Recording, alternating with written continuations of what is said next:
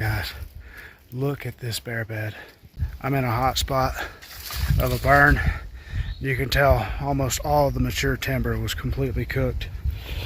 Right here against this fallen log, right here's where it bedded down. You can see he's been leaving his mark fairly often.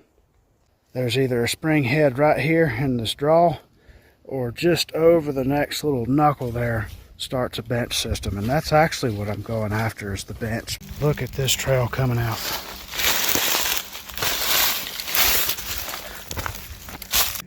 Going straight to the bench. Beautiful bench right here. You can see this knob up above it. Got burnt pretty bad. There's a white oak. You can see these limbs dangling on it. That's from a bear that climbed it this past fall and broke the limbs out. But you can see right here is where it starts to dip down into a saddle. And I'm hoping that once we get directly below that saddle, there's going to be a big spring.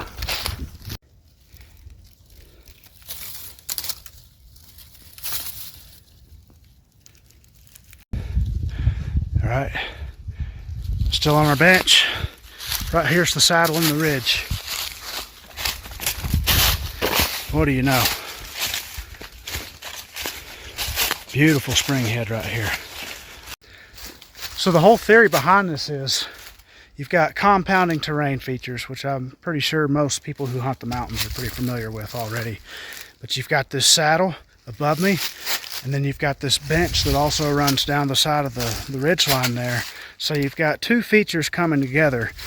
What it does is, you know, the saddle is going to funnel the water down into one point, and the bench is going to push the water back up out of the ground, making a very isolated water source.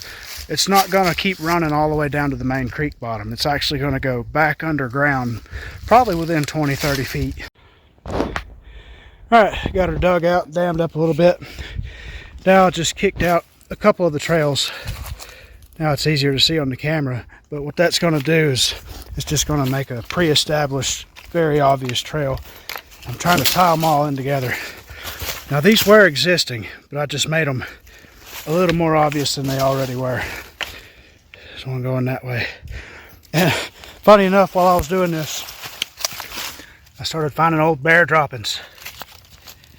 That's a big one for as old as it is. And then right here, there's another one.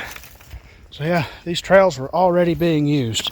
Now I just made them bigger, more obvious, and instead of like this big spaghetti junction, I threw a bunch of sticks and rocks over some of them while I opened others even more, just to try and neck them down even tighter. And they all come to this spring.